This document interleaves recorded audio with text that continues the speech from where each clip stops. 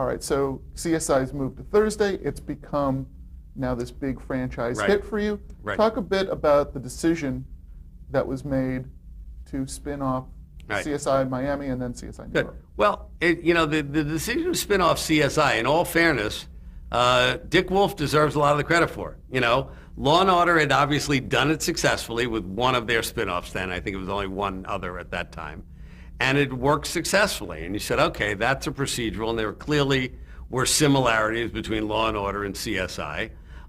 So I've often said, and we were the ones that, were pushing for that to happen, for them to do the spin-off. It was then, okay, where do we do it? What's the city, and I don't remember, I believe it was Zeiker or Donahue or Mendelsohn who thought up Miami, or maybe Jerry. I don't remember how that came to pass, but it was decided, since Vegas was a night show, that we wanted a day show.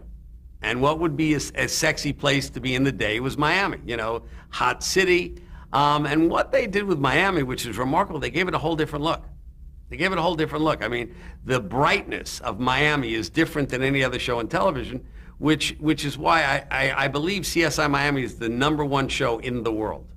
In other words, internationally, it's like #1 in a number of countries, because of the look, And by the way, the guy who deserves credit, who did the original CSI, is Danny Cannon. He also did Miami, was the director, Basically, once again, an independent film director, And the great thing about working with a Jerry Bruckheimer, he's, we're doing CSI, and we're deciding who to direct, and Jerry says, I got this great young director. I said, terrific, who is it? He said, Danny Cannon. And I said, what has he done? And then his credits were not, I think his biggest movie was I Know What You Did Last Summer 2, or something like that. And Jerry said, no, trust me, this guy's a comer. This guy's got a great eye. He's got a great vision for stuff. And, look, Jerry is a great collaborator. I said, great. Look, you're a very visual guy in all your movies, and if you believe in this guy, I'm with you, And it ended up being brilliant. And he also did New York. He did New York, which we had to do some changes on because that started out, the look of that show was a bit too dark. We blew that show up the second year in terms of the look and style of that show.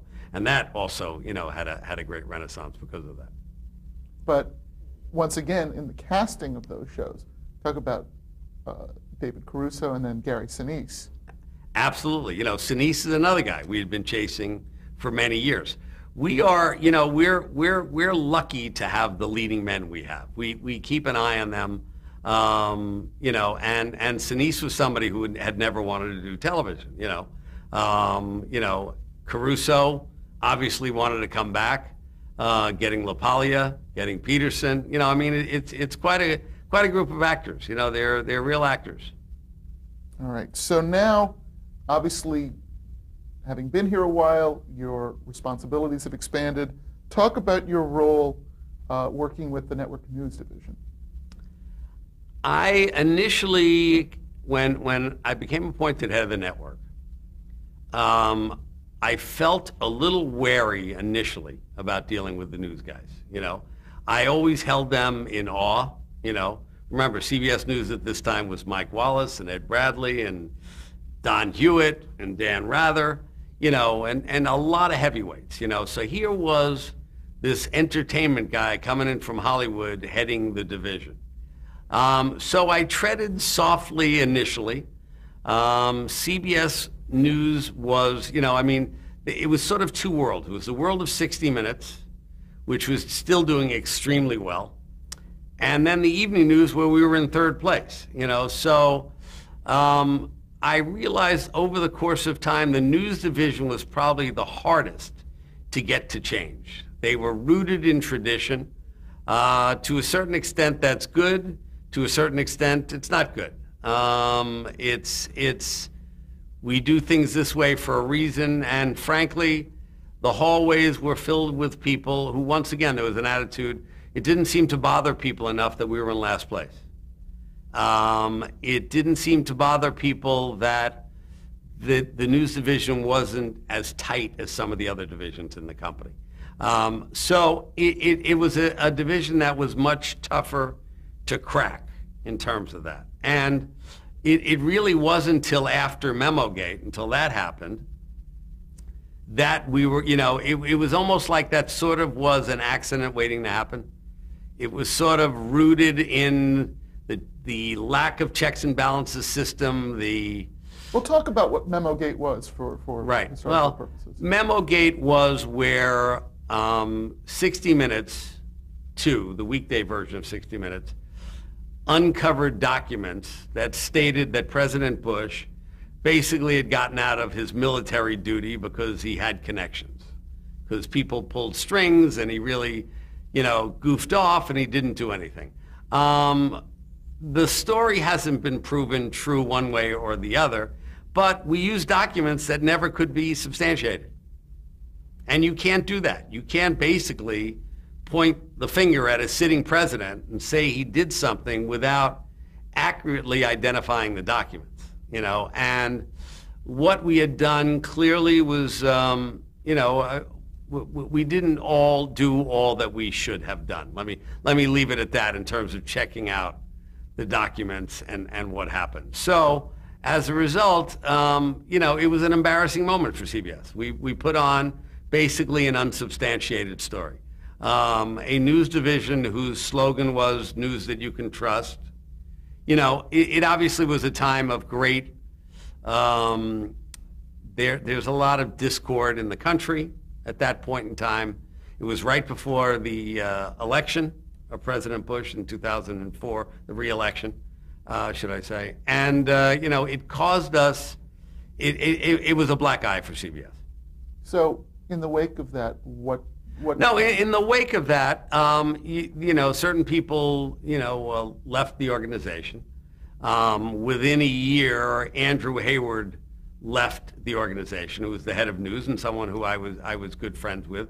And I brought in Sean McManus, who had been head of sports and now is head of news and sports, basically for a fresh eye. I felt it needed someone from the outside looking in, changing the perception of CBS News. And, obviously getting Katie Couric has done that, in a certain way, and changing how we do the news. What do you think the role is or should be of network news, especially now in the 24 news channel environment in which we live? I still think network news is extremely important. I still think the majority of Americans, when there's a crisis, still turn to the three networks to get their news, whether it's a 9/11 or a Katrina or a war in Iraq. I still think they basically get their news. 25 million people a night watch the three evening newses. They still count on us. I feel it's an important part of the network landscape to have a news division. I think I would feel incomplete if we didn't. Part of it is that I work at a network that is considered the most traditional in CBS, and I want to uphold that tradition, and honor that tradition. But I think our news division is very important to us. To that end, talk about the decision-making process. Obviously, after Dan Rather left, Bob Schieffer was in that chair for a while. Talk about the decision to put Katie Couric in that position. Katie Couric is a remarkable broadcaster. She clearly relates very solidly with her audience. After Dan Rather and Bob Schieffer, who's been in a major component of CBS News, he's approaching 70 years of age. So we knew it was a temporary fix, and thank God we had him for that. But we needed to look towards the future. In addition, the evening newses are watched, once again, the average age on all three of them is about 60 years. So in this day of the internet, if we don't proceed to get a bit younger, network news is really going to get obsolete. I was a big fan of Katie's. Obviously her record on the Today Show was unsurpassed. She had a very relatable quality, yet she did have a very serious and strong news background. I felt it was a great idea to have someone become the first woman to sit in the anchor chair, and I felt she was the right person to do it. In addition, we needed to give CBS News a shot in the arm. That, look, we're changing, we're progressive, we're going to spend money, we're going to do things, we're going to be aggressive to make this news better and to make this news division better. And I think we've done that. Obviously, Katie started out strong. She, ratings have come down a bit since then. It's a bit of a struggle. It is like turning around a steamboat, a big ship. But I think the newscast is getting better and better, and I'm very pleased she's with us. Now, obviously, one of the most monumental events historically in the history of this country happened on your watch here at CBS. Talk about how you, as the head of a network, dealt with the events of September 11th, 2001. I happened to be in California at the time, and since I became head of the network, I sort of split my time between the two cities. I was out here, and at approximately 5:15 in the morning, Andrew Hayward, our head of news, woke me, called me up, and said, "A plane has just hit the World Trade Center. We're going live." In other words, whenever there was a live break-in of anything, I wanted to be notified immediately, whether it's 4 o'clock in the morning or track me down, find me. I want to know it when the network is being, interrupted with anything. So he said, it may have, and I remember his words. He said, "We're not sure whether it was just a small plane, off track, or whether it was a terrorist act." So then, I flipped on the TV, and then a few minutes later, then the second plane hit, and all hell broke loose, And it was then, obviously we went into full news mode. It was getting rather to the studio as quickly as possible. And basically it was like getting an army prepared for war, getting a news division prepared for the events, to hunker down and to get everything we could do. We knew we were in the middle of a huge, huge event, and as it ended up, it was the longest continuous coverage in the history of television. It beat it was on for something like 96 straight hours, and Kennedy assassination was like 53 or something like that, by a huge, amount. The decisions every day was, when do you go back to prime time? When do you go back to regular programming? But all the networks sort of, the good news was as competitive as these networks were, nobody was. Everybody was talking to each other. Nobody was looking for a competitive advantage about when do you go back, when do you get advertising back in. Like everybody else, I was deeply affected. I knew our people were deeply affected, all over the country. So it was, it's funny when you're the head of a network, which is the communication operation, and something like that happens, you really feel very protective of all your people. A lot of your own people are in danger. I got to New York a couple of days later. I was able to get in, and shortly thereafter went down to Ground Zero to see our coverage there. We were in a blown out building that sort of had one side facing, the World Trade Ground Zero. And we had the whole set up that way. And I remember talking to Hillary Clinton, who was about to be interviewed there, for a few minutes, and it was very emotional. Went downtown on a subway, and it was surrealistic. A couple of things that I remember in the aftermath, and I'd love to hear your perspective on. First thing, the preemption of the Emmys that year. Yes, which was on our network. It was we had to preempt them actually twice that year. The first was sort of an easy call, because it was, a few days later, and obviously it was inappropriate to do it. We rescheduled it for like a month later, like the first week in October, and it was the night before we invaded Afghanistan. So that's when we had to hold the press conference, and Ellen DeGeneres was set to host, and we had to delay it one more time. And then we finally did the Emmys in November. And it came off. I thought Ellen did a superb job. But a tough call the second time. The first time it was sort of a no-brainer. The second time, I did a canvas. I mean, ultimately, it was us and the Academy making the call. And it was a very, very difficult call to make. We made it. The other thing that I remember, and I remember it as being really, I thought, one of the most appropriate and emotional pieces of television I ever watched was your 9/11 special. Talk a bit about Yeah, the decision to do great. that. And It was, I was fortunate. I'm friendly with Graydon Carter, who runs Vanity Fair. And Graydon, one of Graydon's editors, a guy, David Friend, was working on this project, writing about these two young French filmmakers who were doing a piece about, they were just doing a piece sort of backstage at a fire department in New York City. What's it like to be a trainee? And they were doing a documentary about that. They happened to be doing it when 9/11 hit, and they both went with the company to 9/11, and they had literally 100 hours of film on 9/11. And they came in and, with the two French filmmakers, a New York City fireman who was their partner, Jim Wyatt from William Morris and Graydon Carter, about doing this special, this 9/11 special, And they brought about 6 or 7 minutes worth of raw footage. And it was unbelievably powerful, and it was so, live. I mean, the pictures were phenomenal. So I saw the 6 or 7 minutes and I said, how much? They said like 70, 80 hours of this.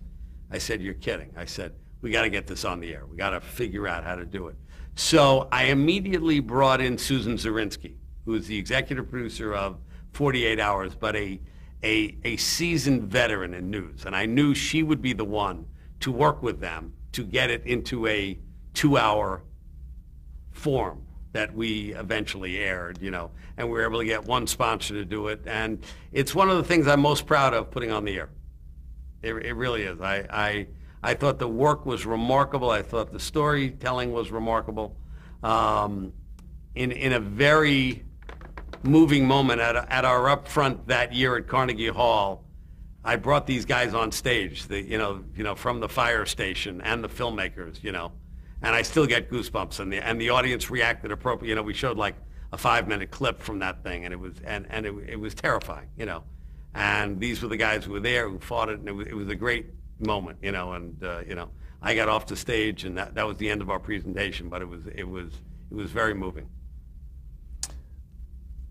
That sort of leads me into, I guess, a statement and a question.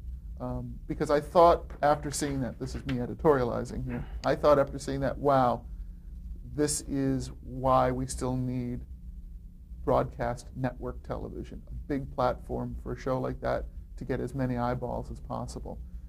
That may be a bit of a softball, but I want to sort of lateral that to you, mixed metaphors, and to say, what do you see now versus when you came in 1995, the role of network television, and how do you see it changing? Right. Network television in a lot of ways still plays the same role it did, and in this world of fractionalization with 500 cable channels and 1 billion internet places where you could go to get your content or your information, broadcast is still the big tent.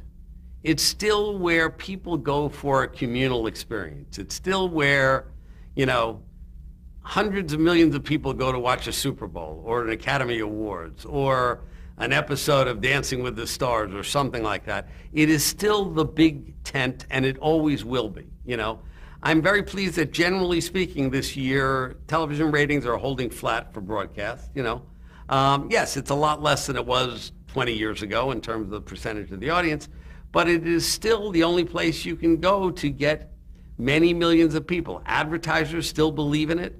It is still the community. And once again, we're working on all sorts of new content arrangements where our content will appear on Yahoo and Google and Microsoft and Amazon and all sorts of places.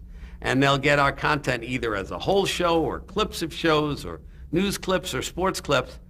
And there will be a certain amount of, I'm going to get anything that I want when I want it. But by the same token, you still need and want the broadcast. And I think 10 years from now, the bulk of people still are going to be able to get their content from broadcast the way they do today. Talk about, if you would, a bit of some of the incidents, your relationship with, and your perspective on the FCC as a body. Mm-hmm. The FCC, unfortunately, they keep changing. People are changing. They move different people in or out. So you have to be mindful of who those people are. Look, they have a very difficult job to do. Having said that, I am afraid that they are, being a little too restrictive on what we can do on broadcast television. Cable is obviously easier, and the argument is that people have to either, have to pay for that rather than broadcasting. I still think we're responsible in what we do, and they have to give us a bit more leeway in what could be put out there. People do have a choice. They do have a choice, and it's called changing channels. You don't like what we're putting on, you can change a channel. We shouldn't be fined. If there is intent to do something lewd, okay, punish us. But when a Janet Jackson, exposes her breast on television for 9/16ths of a second. Is that what it was? 9/16ths of a second. Unbeknownst to CBS, we shouldn't be fined for that, and we're fighting that. So I believe in freedom of speech. I believe there should be more leniency on the part of FCC towards broadcasters.